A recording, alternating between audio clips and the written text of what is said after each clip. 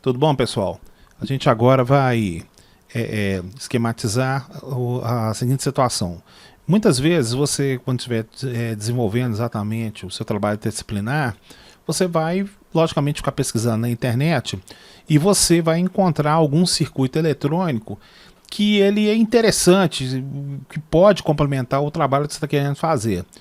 Porém, é arriscado às vezes você pegar um esquemático de qualquer lugar que você tirou, né, seja lá qualquer lugar do planeta, e acreditar fielmente que ele venha funcionar 100% de acordo com que você possa ter a sua necessidade. Então, o Proteus ele vem nessa parte exatamente como um software que garante exatamente dentro do limite dele, dentro do limite das bibliotecas de componentes que ele tem, de exatamente você poder garantir que realmente o que foi apresentado numa página da internet ele venha realmente funcionar na realidade.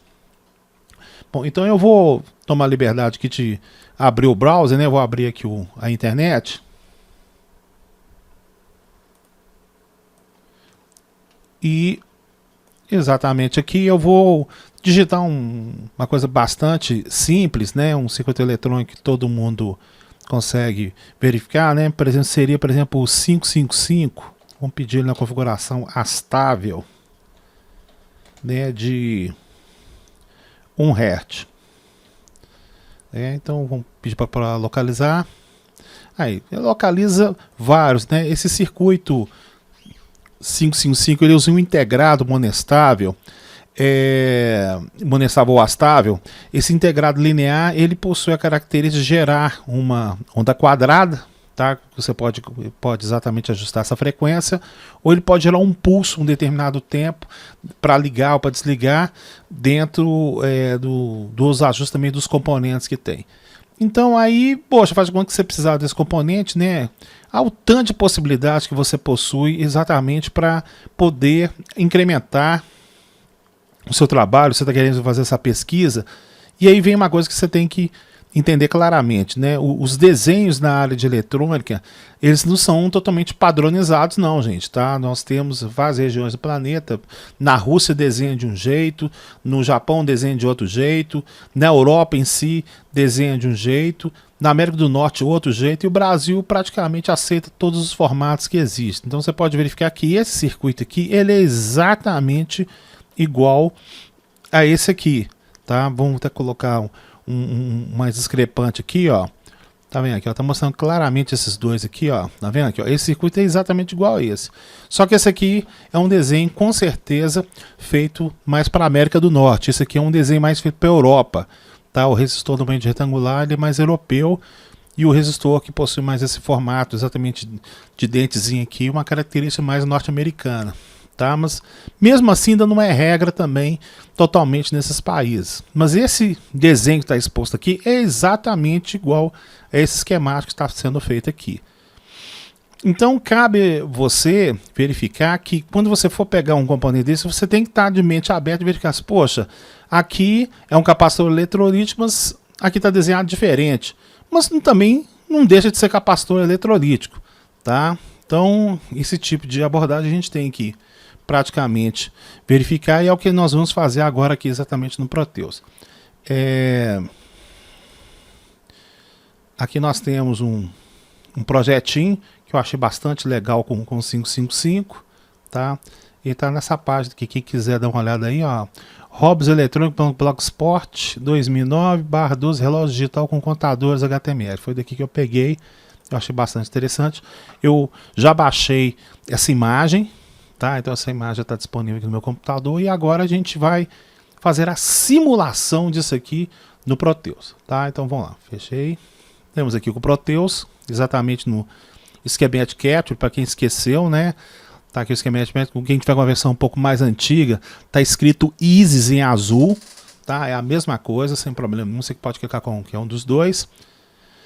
E agora o que a gente vai fazer? A gente vai colocar aquele desenho. Para facilitar, nós temos aqui um import image, que a gente vai inserir exatamente aquela figurinha, tá? Aquela figurinha que a gente achou, ela... Vamos colocar aqui JPG, porque tá em JPG, aqui ó, CI astável, Vamos colocar aqui, pronto, tá aqui, ó, a figurinha que a gente tirou lá de uma página que a gente verifica que dá para funcionar, né? Então, esse circuito que eu falei para vocês, ele é um multiprivador astável, ou seja, ele é um gerador de onda quadrada, que você pode ajustar através dos valores passivos dos componentes apresentados aqui, né? Ele vai gerar lá 5 volts, 0 volts, 5 volts, 0 volts. Na verdade, esse integrado ele aceita até 15 volts, você pode ter uma onda quadrada de 0 a 15 volts sem problema nenhum. Não estou aqui para discutir como é que ele funciona, eu só vou frisar que esse tipo de ligação que foi feita aqui é uma configuração chamada astável e ele gera um sinal oscilatório. Também não é o objetivo do curso, aqui estaria a equação exatamente que comprova o seu funcionamento. Eu vou abrir aqui a calculadora. Tá aqui a calculadora. E vamos calcular qual que é a frequência, o tempo de oscilação desse circuito aqui, ó. Então ele está colocando que é 2 vezes o R2 mais o R1 que multiplica pelo C1.693. Então vamos lá. R2 vai 68K. Então aqui, ó, 68K vezes 2, 136 mil. Mais R1, então mais 1K. 137 mil. Multiplicado pelo C1, que seria 10 micro, vezes 10 ESP 6 micro, igual 1,37. 1,37 vezes 0,693, vezes 0,693. Temos ali aproximadamente 0,95 segundos, né? Que se a gente for achar a frequência, daria praticamente quase 1 Hz também. Tá? Então isso aqui nada mais nada menos um circuito que ele oscila 1 segundo. Né? Então seria esse tempo total aqui, ó, o tempo de desligado e ligado somados totalizam praticamente 1 segundo. Tá? Bom, então vamos tirar agora a calculadora aqui, vamos comprovar isso via simulação desse circuito. Então, igual eu falei para vocês, aqui nós temos essa barra extremamente importante e a gente tem que primeiro inserir os componentes aqui, né, nessa área de trabalho aqui desse esquemático aqui. Bom, então vamos clicar aqui em componente mode, né? E igual que eu clico em componente mode, ele já habilita para mim o PIC Devices, tá vendo? Ó, inserir componentes aqui. Então eu vou fazer exatamente o que eu entendo, né? Eu vou procurar aqui no meu esquemático o que eu preciso. Então eu vou digitar aqui o 555. Tá vendo? Digito e me achou 99 possibilidades, né? E eu quero 6 analógicos, né? Ah lá, ele me dá 2 soluções para mim. O 555 no padrão model dele ou o integrado mesmo NS555 feito pela National, né? National Instruments. Bom, vamos fazer então o seguinte, vamos colocar o 555 básico mesmo, sem problema nenhum. E agora a gente dá uma clicadinha lá, ele entrou exatamente aqui no desenho. Bom, primeira coisa que você já observa que, tá vendo? Cada desenvolvedor,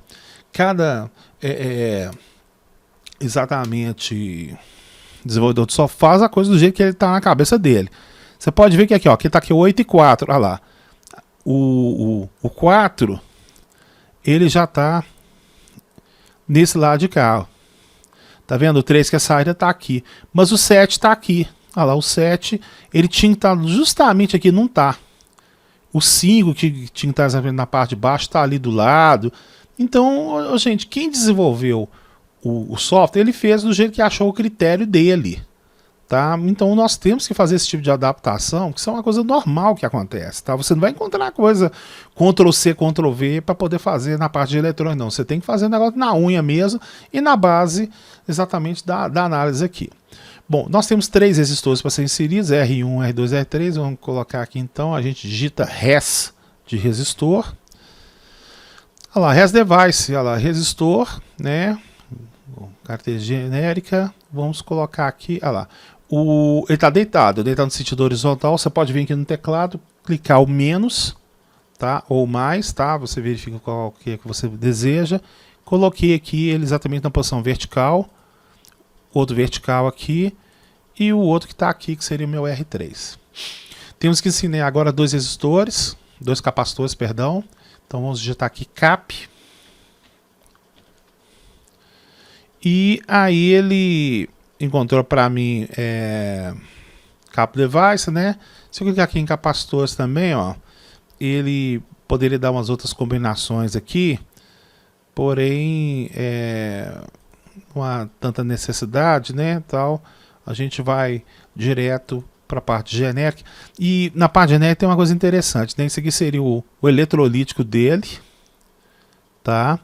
Né? Aqui estaria o polarizado dele e tal. Então a gente vamos colocar essa separação que eu acho que valeria a pena. E a gente tem aqui exatamente o capacitor comum. Ó, coloquei aqui, né? Que esse capacitor aqui vai ser o capacitor, esse C2 aqui, né? Na verdade está escrito C1 aqui, a gente vai ter que trocar ele para C2, mas a gente troca isso depois. E vamos colocar agora o eletrolítico aqui. Digitar novamente o cap. Eu quero capacitores, generic, eletrolítico. Tá aqui o eletrolítico, tá? E nessa parte do eletrolítico nós vamos colocar exatamente nesse sentido aqui, tá? Conforme, para a gente não gerar confusão em relação ao desenho, vamos chamar, a gente clica aqui no botão, no edit propriedades, a gente vai chamar esse C2 aqui de C1. O C2, C1 de C2, né? E vamos colocar esse aqui como C1. Pronto. Tá aí a diferença. Falta agora a gente inserir um LED. Então a gente vai aqui digitar LED. Aí no LED a gente vai direto aonde? Em Optoelectronics. Em Optoelectronics, aí o que acontece? Nós vamos pegar LEDs animados. É LED que vai aparecer no esquemático piscando como se fosse na realidade. Então eu vou utilizar esse PIGY aqui, que ele é o LED amarelo, tá? Então vamos colocar esse LED amarelo aqui.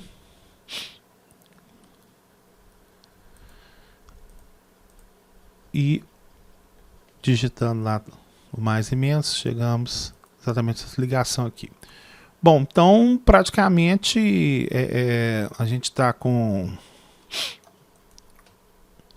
o circuito quase todo inserido dos componentes. Vamos agora fazer as ligações. Nós temos que juntar o 8 com o 4 com o terminal de 1K. Então vamos colocar aqui o terminal 4 do terminal de 1. Aqui, ó, tá vendo o 4. E foi lá o terminal do 1K. E agora a gente vai ligar o 8 no 4. Nós liga aqui o 8. Vou dar uma voltinha aqui. Ligamos no 4. Tá aí a feita a situação. Né? A alimentação VCC daqui a pouco a gente vai colocar. Continuando, nós temos agora que juntar o 1 com o 2, né? O outro terminal do 1 com o terminal do 2. E ele tem que ligar o pino 7. Ó, o pino 7 está aqui, ó, tá vendo? Então a gente vai ter que dar uma volta aqui, ó. Vamos juntar o R1 com o R2 e agora a gente faz ligação. Eu vou deixar um pouco mais alto aqui, gente, porque eu vou colocar a alimentação ali, tá? Lembre-se que quando você quer fazer a curva, você dá uma clicada, ele aceita isso aí. Pronto, aqui feito essa ligação aqui. Juntar o 6 com 2 com o outro terminal do R2 com C1. Então o C1 está aqui mais separar de um, colocar ele para cá, que fica legal. Tirei esse capacitor aqui, deixei ele mais pro lado de cá. Então o que eu tenho que fazer aqui, ó, eu vou pegar então pegar o 6 aqui e liguei exatamente no meio dos dois resistor, do resistor 2 com o capacitor C1. E agora eu vou chegar e vou ligar o 2 com 6 aqui. Liguei o 2 com 6, tá prontinho. Temos que ligar um capacitor, que é esse capacitor C2 no 5, então eu acredito que seja melhor eu pegar esse capacitor e colocar aqui dentro. Se ficar meio apertado, a gente pode afastar os componentes aqui, mas acho que não houve necessidade. Deixa eu ver se vai precisar. Aí, conseguiu, né? Talvez chegar aqui um pouco para cá. Vou tirar aqui porque para não gerar esse tipo de confusão. Bom, legal. Agora eu venho aqui e vou dar uma ajustada nele aqui. Isto. Pronto, aqui o C2. E falta agora a gente fazer a ligação do resistor 3 com o LED. Então, vamos juntar aqui depois na saída 3. Interliguei. Interligado aqui. Agora, nós precisamos de inserir as alimentações, né, que é a alimentação, esse integrado que ele funciona de 5 volts aqui até 18, né? Então vamos colocar a alimentação dele aqui. Por isso a gente tem aqui o Terminais Mode, tá? E ele tem aqui o Power e o Ground. O Ground que seria o terra. Eu vou colocar um para esse capacitor, um outro para esse outro capacitor, um aqui para a alimentação do integrado e o outro aqui para o LED. E agora eu tenho o Power, né? O Power que está aqui representado pelo VCC. Eu vou deixar ele aqui paradinho aqui, ó. E aí eu ligo ele no pino 8, prontinho. Então, gente, eu acabei de achar um circuito na internet, né? Eu fiz uma configuração eletronicamente igual ao que foi feito exatamente porque está na internet, só que a disposição fica diferente mesmo, tá? As ligações são as mesmas, porém a disposição do circuito fica um pouco diferente. E agora eu tenho que exatamente comprovar que realmente esse circuito aqui vai virar um pisca-pisca, né? Um oscilador, um circuito motivador estável de 1 segundo. Para isso a gente tem aqui nessa barra aqui de baixo aqui, ó, Run Simulation, tá? Então isso aqui é a barra de simulação. Aqui seria o botão para parar a simulação, para dar um pause, aqui para incrementar frame a frame cada simulação e aqui para me gerar a simulação. Então eu tenho que vir aqui agora e bater o botão de simulação. Bom, só que antes de fazer isso aqui eu esqueci que os valores que estão escritos aqui, eles não são os que estão colocados corretamente aqui, tá vendo? Aqui ó, é 1K, aqui tá 3K. Então antes de eu fazer a simulação, eu vou trocar os valores aqui. Então eu marco o componente, bato o botão direito do mouse, edite propriedades.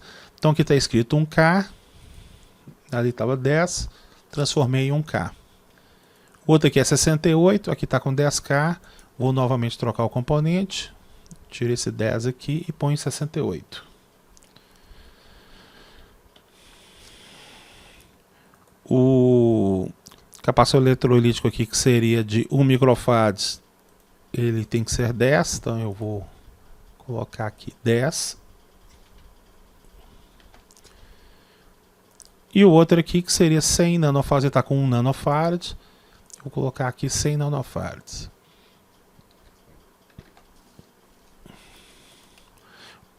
O resistor aqui que seria 1K. Tirei o 10 aqui, coloquei 1. O LED não tenho que trocar, porque esse aqui é um LED simulação, ele vai se comportar perfeitamente. Bom, então agora, né, faltou essa ligaçãozinha aqui. Se eu observar bem, ó, o circuito, nenhum terminal está faltando ligação, né, tá tudo certinho. E agora a gente vai clicar aqui em simulação.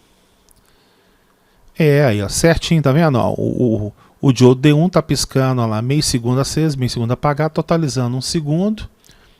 E novamente a gente lembra aqueles conceitos que eu falei para vocês do detalhe tanto do Tina como o Proteus funciona, né? O que é vermelho para ele é alimentação, seria o 1, né? E o que é o 0 seria exatamente o terra, tá obedecendo corretamente. Então aqui na teoria, ó, a gente teria exatamente o 1 e o 0 comprovando exatamente o que aconteceu aqui. Aí a gente pode parar a simulação.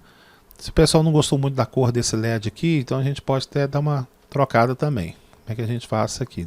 Isso aí, gente, cada um escolhe o que acha mais adequado. Você vem aqui em Componente Mode, Pick Device, vamos colocar um outro LED aqui para ver se fica um pouquinho melhorzinho, né? Então no LED aqui, Optoelectronics, eu tenho o LED azul, tenho o LED vermelho, tenho o LED totalmente amarelo. Vamos ver o amarelo, como é que ele fica aqui. O interessante no Proteus é que quando eu coloco um componente exato em cima do outro, eu clico e ele pergunta se eu quero trocar.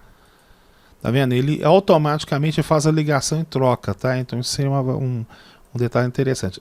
Ficou um amarelo também simulando, talvez um vermelho, um azul, mas isso aí depende exatamente como é que você estiver vendo. Bom, então pessoal, tá aí a explicação da importância do Proteus.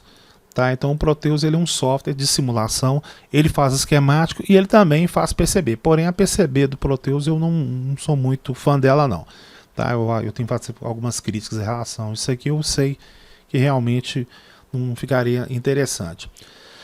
Então tá aí, ó, você pode procurar umas coisas que você vê interessante na internet. O que vai te limitar a simulação é se esse componente existe, né, dentro da biblioteca, no caso do Proteus, né? Então, como o pessoal gosta muito de microcontrolador, o pessoal está muito fã hoje exatamente de Arduino. Então aqui, ó, você clica aqui em microcontrolador, né? O AVR aqui seria o Arduino, ó, tá vendo? Isso aqui seria a parte do Arduino. Para quem gosta mais da parte do PIC, né? Tá aqui a parte do PIC, tem muita biblioteca muito grande do PIC, microcontrolador PIC, tá? Tem os pessoal também que gosto muito da família também da Texas também, tem alguns modelos da Texas aqui também. E o MS430, que particularmente foi que eu utilizei no meu mestrado, né? O mestrado foi feito no MSP430. E então é isso aí, gente. Tá? Tem as possibilidades aí, desde que você tenha um companheiro de biblioteca. O Proteus ele é muito confiável, tá? Ele é bastante confiável. Nessa parte de microcontrolador ele é insuperável mesmo, tá? Então tá aí, gente. Até a próxima aí. Vão continuar então. Abração.